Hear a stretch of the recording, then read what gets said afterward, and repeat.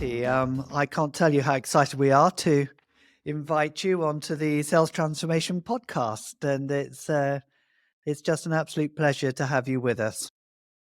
Thank you. Great to connect again, and very excited to join you today to talk about the Future Readiness Framework. Yeah, no, I think it's such an important topic, and I think there's so many organizations out there who are going to be sort of questioning their capability to be future ready. And I know we've been talking about this concept for quite some time, I would say, and but I think that it's going to be very helpful for our listeners to understand a bit more about what do we mean by this concept, and when did this idea of future ready emerge. So I wonder if you can give us a little bit of background, Cathy, to where it all started. Absolutely, absolutely. Well, first of all, for those joining us on the podcast, I'll just share a little bit about my background and experience, so you can get to know me a little bit better, and that will probably set some of the context for the whole future readiness movement. So I've been in many different leadership roles over now just over 30 years in the technology space, which obviously is a very fast-paced change and a huge amount of change over the past 30 years. And working with many different cultures as well. I've had the fantastic opportunity, actually over the last decade, to spend over half of it outside of the UK, living and working in Japan and in Asia.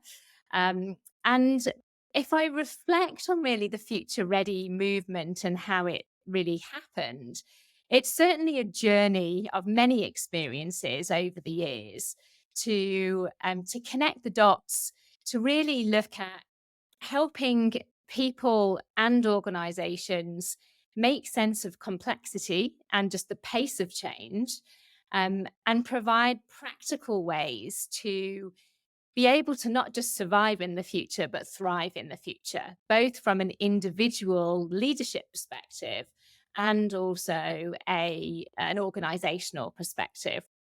And those experiences over the years have started to come together with many others who are passionate about this topic in the future readiness movement.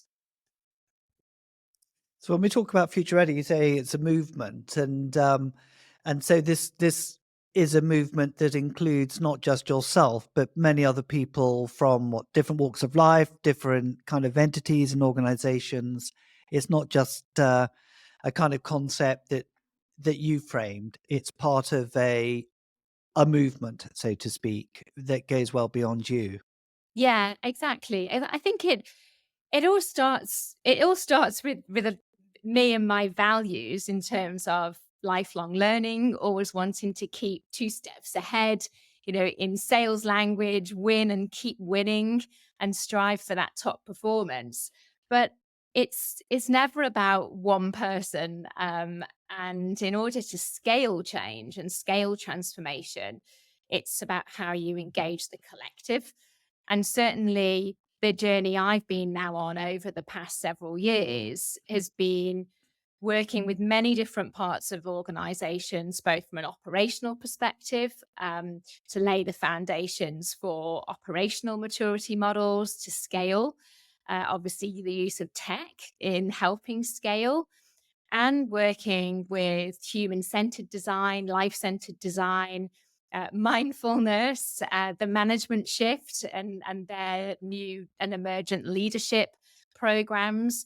But I guess at the simplest level, it's breaking it into how do you help organizations change and how do you help individuals and people change, so that the two need to change together if you're going to create sustainable transformation for the future. But yes, many different parties along the way, and I think especially now it's more about community and collaboration to be able to solve what is huge complexity and continuing complexity in the world we live in.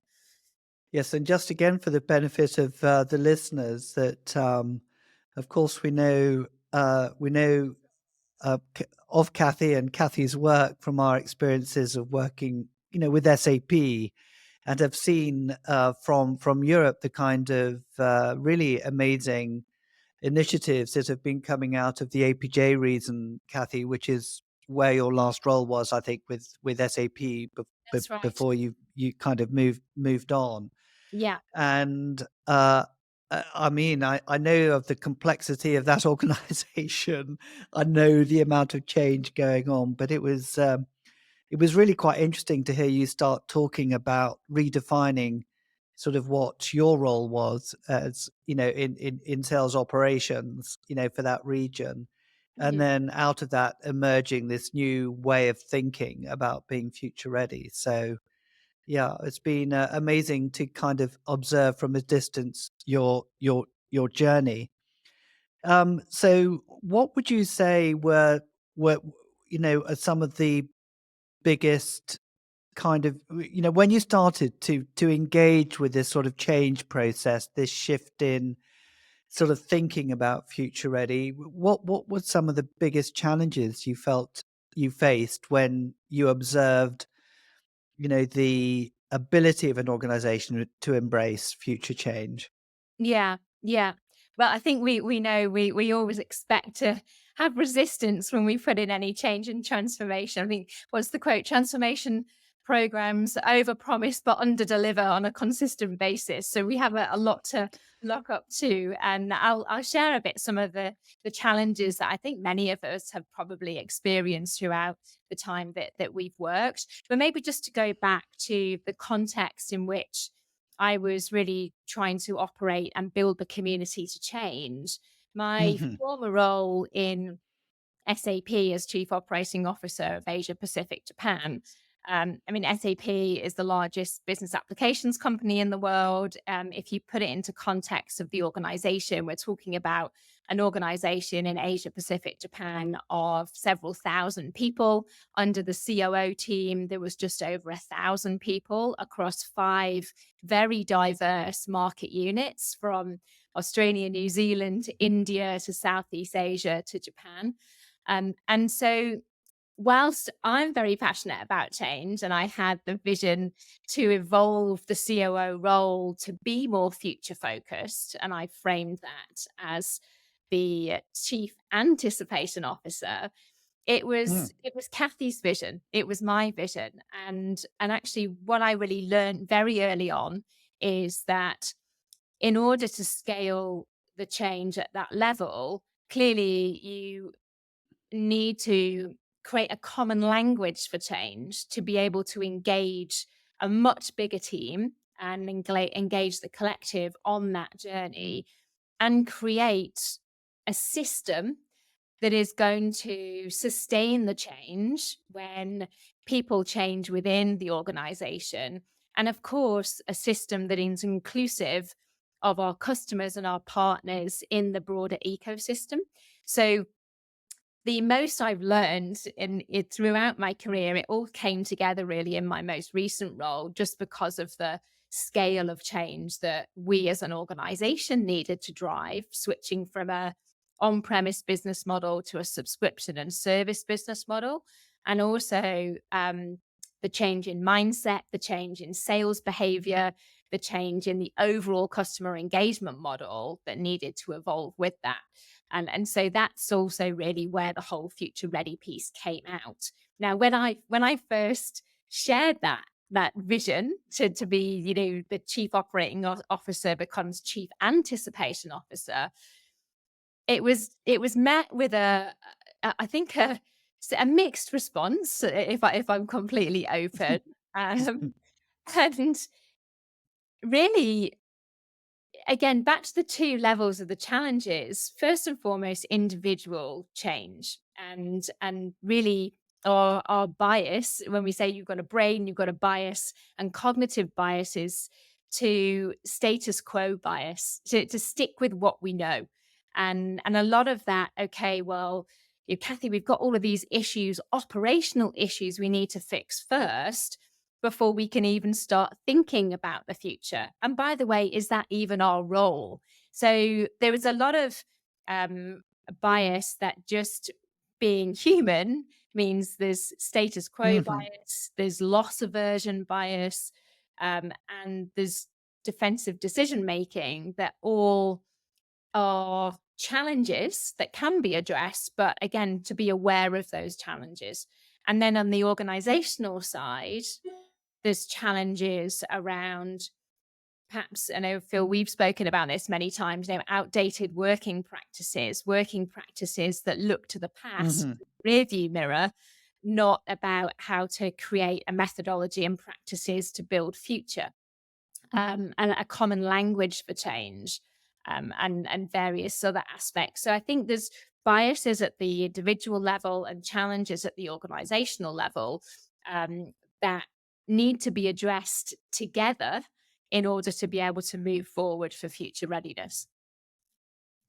Because I imagine that when you sort of embarked on this journey or were embarking on it, I mean, in a sense, you don't quite know what the future holds. That's the whole point about, is it about being future ready? The world is changing so much that we don't quite know what the end goal is. But what's important, I guess, from what you're saying is that we prepare ourselves mentally and organizationally, to be open to the idea of this fast changing world that we need to be in, and to be open to concepts of ambiguity and so on, which you've mentioned already. So I could imagine when you started talking about this, that people in the room are going to be looking at you as if you're maybe smoking something rather strange, and wondering where on earth are we going to go with this, particularly for those in operations, because it's a very sort of hands-on, practical kind of making what we've currently got work, not trying to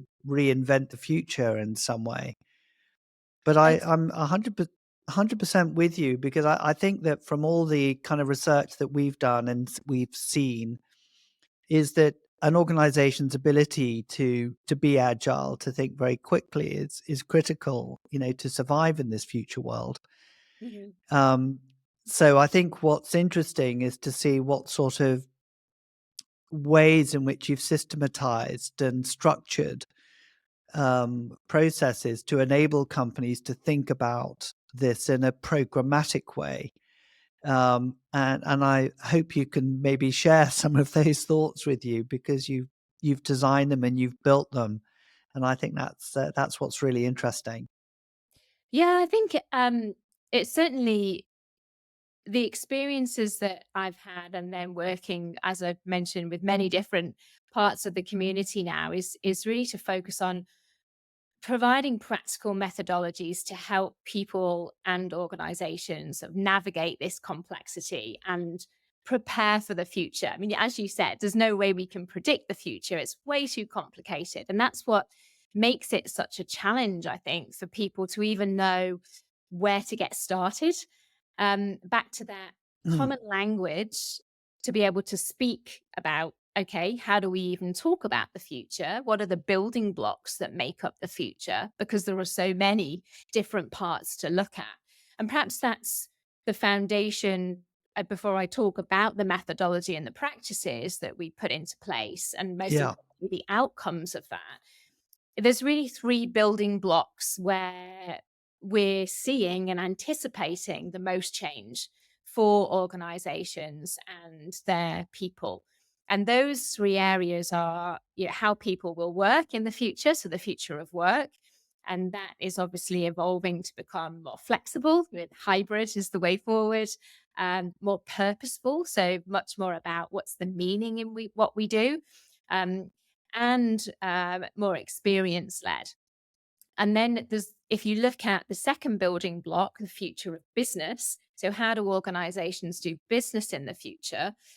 There's a shift away from a singular focus on cost efficiency and effectiveness. And I mean, in the pandemic, we saw this over optimization of a supply chain led to huge fragility in business models, to the point that some Hmm. businesses were brought down.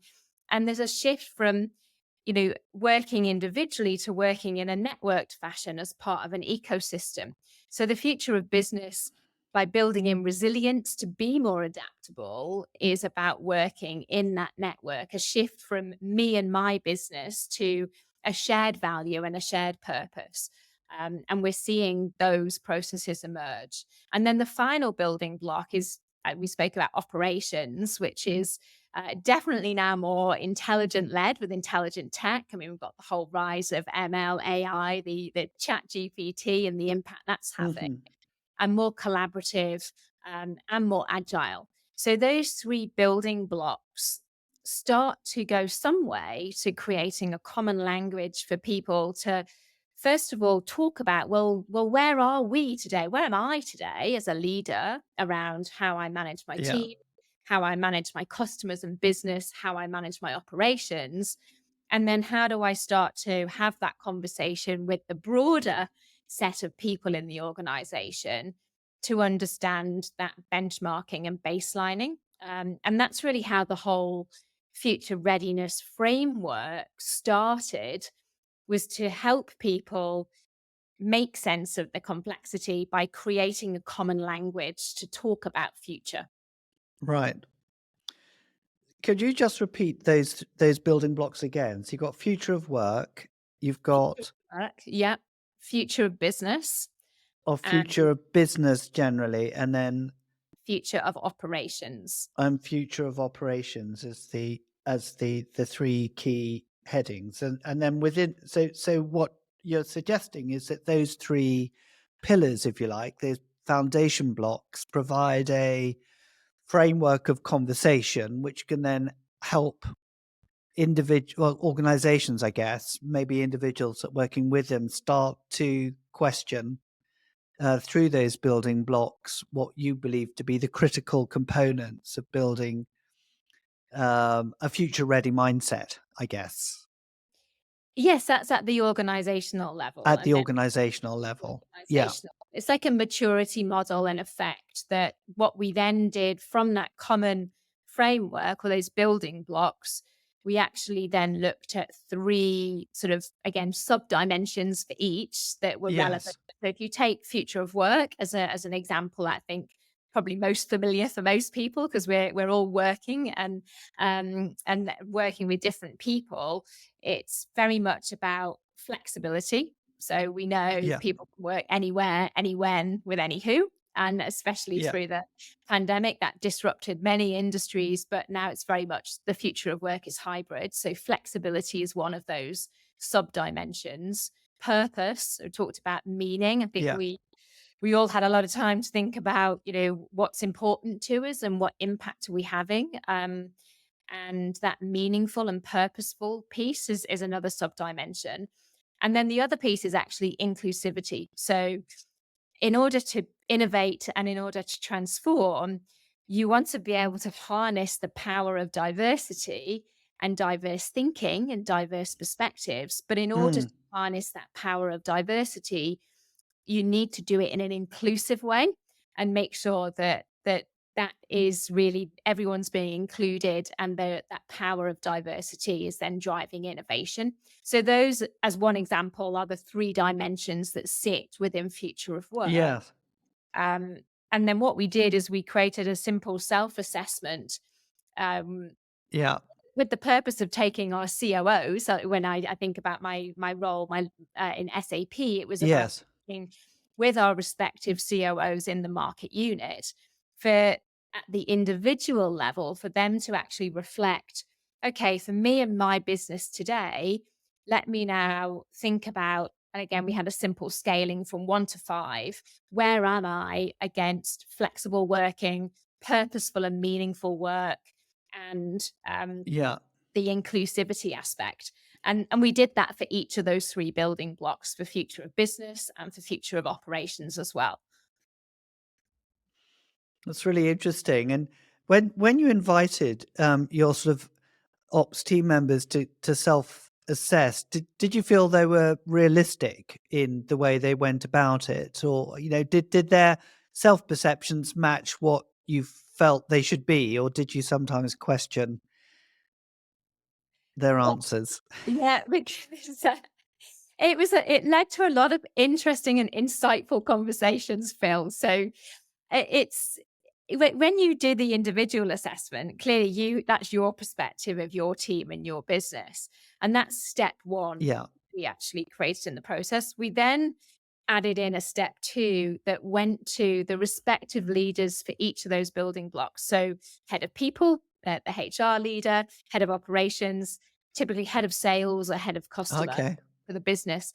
And we did a deeper dive qualitative interview process independent of the assessment, the self-assessment. And we mapped a similar Okay. diagnostic. And then what we did is we overlaid the diagnostic, Yeah. the detailed interviews with the self-assessment. And that's where the aha moment come in, because you can see where the gaps are. So no surprise, what we found with a number of the team is that from an individual leader perspective, the ratings were higher towards future readiness. So on a Okay. scale of 1 to 5, if people are ranking 3 and above, it means they're more future ready and agile, and 3 and Yeah. below is less so. And then we could pinpoint where there were the biggest gaps, and that actually sparked a conversation about the different insights and the different perspectives as to, well, why is that the case, and what's the evidence, and what are the different parts of the Mm. business thinking. And then that led into, okay, how do we prioritize together? How do we engage the collective? Because we're creating a common language with the 3 building blocks: Yeah. people, business, and operations, to start to build a future ready roadmap. Yeah. Really interesting. So what you're doing at this stage is you're really doing, that early diagnostic in order to, partly create the common language, but also to assess where the gaps are. And without that first stage of self-assessment, I mean, you can't really move forward, can you? You need to get that self perspective being fairly accurate. Otherwise, you wouldn't get that call for action. It's Yeah. quite interesting. It's about baselining where people are starting from. Yeah. Yeah.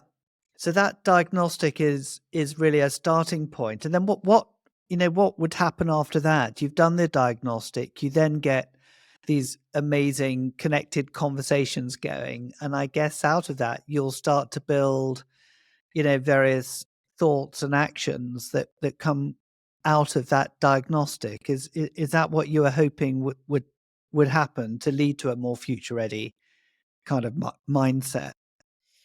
Yeah, exactly right. So the step number one is really the awareness and the self Yeah. assessment to diagnose where individually you're starting from.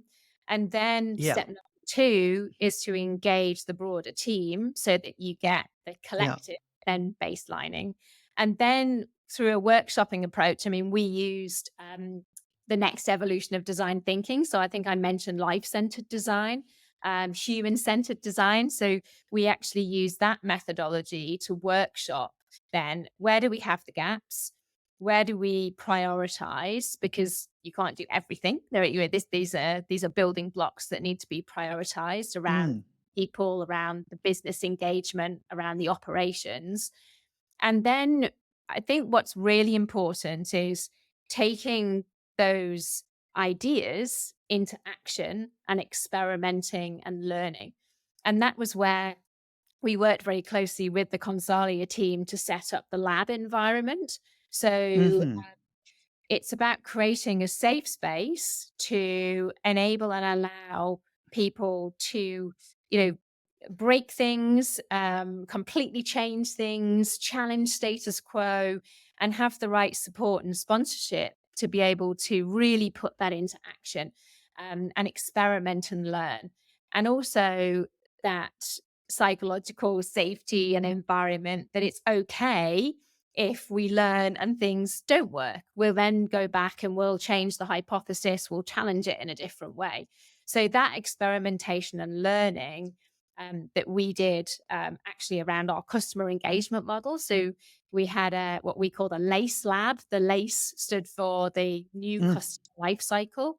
And we experimented and learned a huge amount actually over this 6-week period of the lab environment, taking a break, then relearning, seeing what worked, what didn't, Hmm. and creating what we then started to call next practices. Because when does a best practice go out of date? That Right. start to evolve next practices and a library of next practices that could be shared back with the community, so that that then continually helps people adapt Yeah. and the organization learns, and we continue around that loop again. So that's really where the system starts to come in. It's, self-assessment, then the team, the road mapping, Yeah. experimentation and learning, and then the library of next practices. And then we keep going round that loop, with the community Mm. and with our customers, most importantly. So this is not just an internal exercise, it's absolutely engaging the marketplace and our partners and customers to learn. It would be wonderful if you could, I don't know, share any sort of examples of some of the things you saw happening as a consequence of what you did, and it may be some of the markets that you operated in, just to make it sort of come more tangible, I guess. Yeah, we had, I mean, for each of those building blocks, there were some fantastic outcomes that happened over a period of time. So if I start with the people and the future of work, linking into the ideas that came out of that second phase. So when we've done the diagnostic and the baselining, and we've Yeah. looked at the flexibility aspect or the inclusivity aspect, we had a great initiative that started around positioning and bringing jobs and roles to life in a more inclusive way. So the team recommendation from that working session was, let's move away from the traditional job descriptions that are written and documented, and let's create more of a chat show where the person doing the role today has a conversation about what happens in their day-to-day work, what's the meaning for them, what impact do they have, and really bringing the role to life. And we did that together with our chief storytelling officer, who was the interviewer of the person in the role. And that created a huge amount of interest and building then the talent and succession in a much more inclusive way. So we increased our level of diversity in the talent pool, and we increased the engagement by doing that. So that was one fun way that we looked at a more Mm. flexible approach. And then the other quite fun one was we had the coffee corner. I think everyone's experienced a coffee corner, and we still have many coffee corners. But as we know, in the flexible working environment, not everyone's in the office all the time.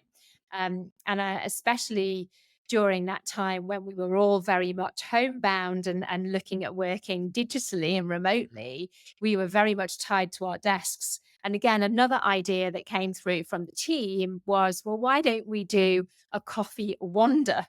So we encourage people, rather than in a podcast, so they can put the headphones on, get up out of their desk, and it doesn't matter where they are, go for a walk, but it will connect people.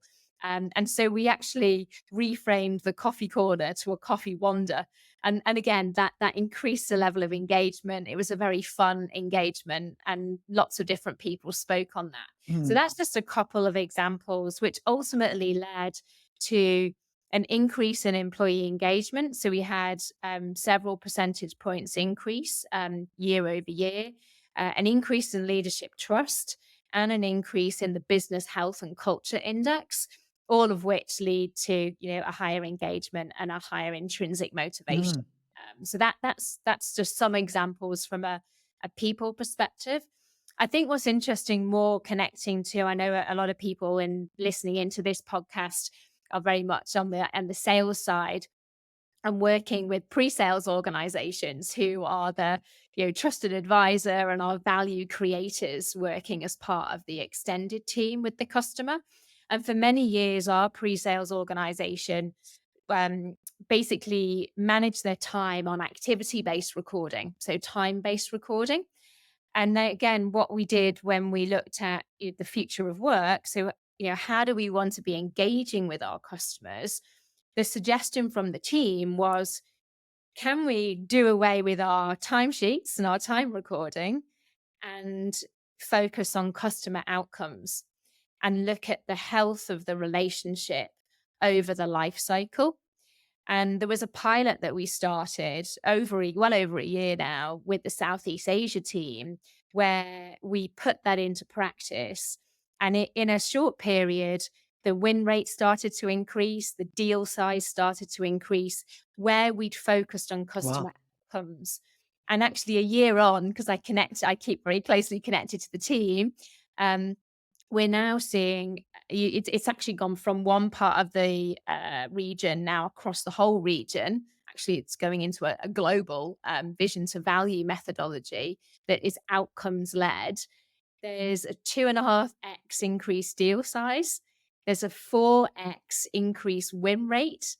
And given this shift to the subscription model, there's a much higher retention rate of those customers Mm. where we had the outcomes led engagement from the outset. So again, that was a really great initiative that sparked for Mm.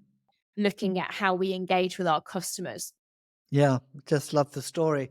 So when you talk about outcomes, I mean, just to understand, you went from a sort of a timesheet kind of focus for the pre-sales teams, and that's I guess just logging. Is that right? How many hours they're spending on which customer projects, and I guess which level of the sales cycle where they're at.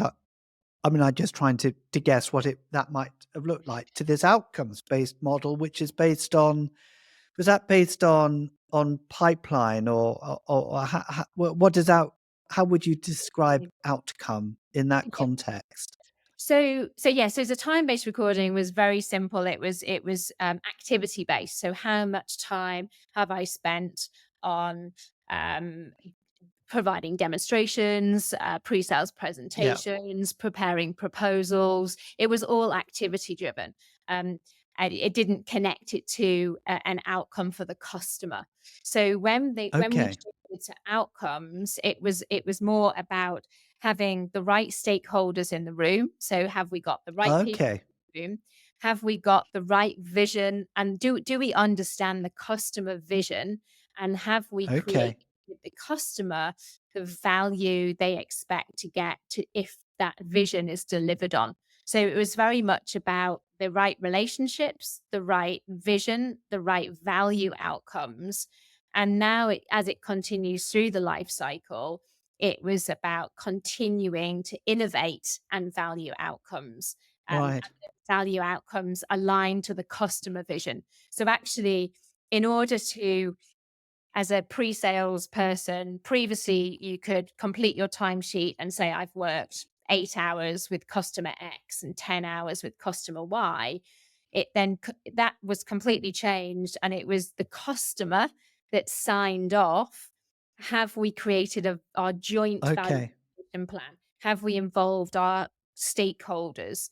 Have we had the conversation about the Yeah. vision? So yeah, it was much more customer driven and validated than internal activity based. What I love about this, Kathy, is the fact, of course, it relates quite strongly back to the values that we talk about at Consalia around, client centricity and proactive creativity and tactful audacity, as being the differentiating mindsets. And it looks like the outcomes that you've described. Are we talking to the right people? Are we bringing innovation into the conversations and having them signed off by the customers? Are kind of, in a way, it's kind of endorsing, in a way, those kind of mindsets as it relates to the pre-sales team. Really interested to hear you describe it, because when you talked about outcomes, I wondered for a moment whether the outcome would be measured in terms of revenue or deals closed, which is a sort of lagging indicator. And what you've described is not. It's really interesting for me to hear you, also cite that as an example of some of the innovation that came out. God, that's wonderful to hear. And that was, again, because the idea came from the team based on the Yeah. conversation that started from the simple diagnostic around, well, how do we Yeah. do business in the future with our customers, given we're transforming our business model. That was something Yeah. that needed a lot of support around it and sponsorship, because clearly the time-based recording was baked into everything. It was baked into compensation, it was baked into KPIs, it was baked into the Yeah. way that the organization ran. But now that's really shifted to this whole vision to value methodology, which has a set of customer outcomes. And of course, there are the internal SAP outcomes, but the customer outcomes is where the sign-off was. There is build the vision, Yeah. deliver the promise, maximize the value, and innovate and grow. So it goes all the way through the life cycle. Yeah. And I just think Yeah. the outcomes themselves, speak volumes in terms of, the pre-sale increase value, deal size, increase win rate, Yeah. where there's a healthy engagement, and now obviously increased renewal and retention because we're continuing to act and Mm. deliver on that value. Yeah. Yeah. Yeah. Yes, it's been interesting with the examples you sort of given of the variety of different initiatives that have sort of come out of the process, not just in pre-sales, but also in other parts of the the organization when you touch upon sort of diversity and so on. So it's very very powerful process. I can really see that. Um, in terms of where you've seen some of the biggest, sort of challenges with with shifting organizations, where would you say they've been, Cathy, from your experience? So I think when you look at the challenges, it really does go back to, most organizations have practices that focus on the past. They're the rear view mirror practices. They look to solutions that have happened previously. And obviously, that's not necessarily going to help when we're looking at something that's completely new. So there's a lot of practices for solving business problems from the past. And there's no real methodology, practical methodology for anticipating and planning for the future. They're back to the common language, the common building blocks, and how do we Yeah. even assess that? And so there's no guiding change within an organization to help do that. And interestingly, this isn't just me saying it and my experience in, what is a very big organization. We actually worked with the Harvard Business Review to go out and speak to 442 business leaders globally. This was Yeah. over a year ago, to ask them about their business and the importance they place on being adaptive and being prepared for the future, compared to what are they investing in and how are they becoming prepared for the future. And what was really interesting from that research is 9 out of 10 leaders absolutely agreed that it's imperative. We need to be future ready. We need to be building an adaptive culture. We need to evolve. We need to change. We need to transform. But on the flip side, less than 1 out of 3 said that they were really prepared or investing time in future readiness. So it Mm. was, everyone knows it's super important, but a lot of people are saying, I just don't know where to start. And no surprise, it's very complex, back to all of the things that are being placed on a business and individuals to make sense of that complexity. And one of the biggest challenges, as an example, if you look at perhaps an outdated working practice, for want of a better frame, it's the planning process and decision making process. That was actually from the Harvard Business Review survey. That was the biggest barrier to being ready for the future. It was the slow Mhm. decision making and the very traditional annual planning process that, again, is not really flexible or adaptive to plan for future. And so that, it's interesting that that was really one of the biggest challenges. And when you start to look at, well, how do you address that challenge, it goes back to what we were talking about earlier. There's an organizational barrier, outdated Yeah. working practices, garbage can management. I don't know if you've heard of that one, Phil, but the a very chaotic way within decision making of organizations. Problems and solutions are thrown into the same pot, and then garbage in, garbage out. Hmm. It's something that's referred to, and also the whole defensive decision making. Decision making is not necessarily in the interest of the organization. It's the best decision that can be best defended based on what's happened in the past. So there's lots of bias and outdated practices that need to be addressed and challenged. And I think the first step is awareness, which is the diagnostic. Um, Yeah. the second step is then the prioritization. And the third step is putting it into practice and learning and evolving. So my hope as this evolves with the community of people that are involved is that we continue to learn and grow so that it becomes systematized. It's a learning and evolving system that Mm. helps address that. So future ready organization with future ready leaders. Yeah. No, I think it's such an important topic. When you were quoting the Harvard research earlier on, I was thinking, you said 9 out of 10 think it's important. I was thinking, what about the 1 out of 10 that said it's not important? Because I'd have thought it'd be 10 out of 10. Which CEO would you talk to would say it's not good to be future ready? Maybe that one was the 10% are thinking about selling the company or something like that. They don't really care about the future anymore. They've reached the end of. I just They're don't know, purely in but survival mode, exactly. There's so much pressure. They're in yes, survival mode. They can't even think about the future. Yeah, yeah. yeah. And I know that since kind of developing your thoughts, you've also branched into sort of with Professor Vlatko Lupic, the emergent leadership and some of the sort of new thinking that's coming out of that emergent leadership world as well. And we have, of course, the great benefit of having you join us at our Global Sales Transformation event in December on the Yes. 6th. So hopefully this podcast will go out fairly soon. But I think it's going to be terribly interesting to be in a forum at the London Stock Exchange, in a month's time to kind of talk about these future ready issues with what will be a very senior level kind of audience that we're going to have there. And I guess you're going to kind of outline some of the frameworks and steps that you've been looking at since you've started, this practice, Cathy. So I think it would be terribly interesting. And we're very much looking forward to you joining us.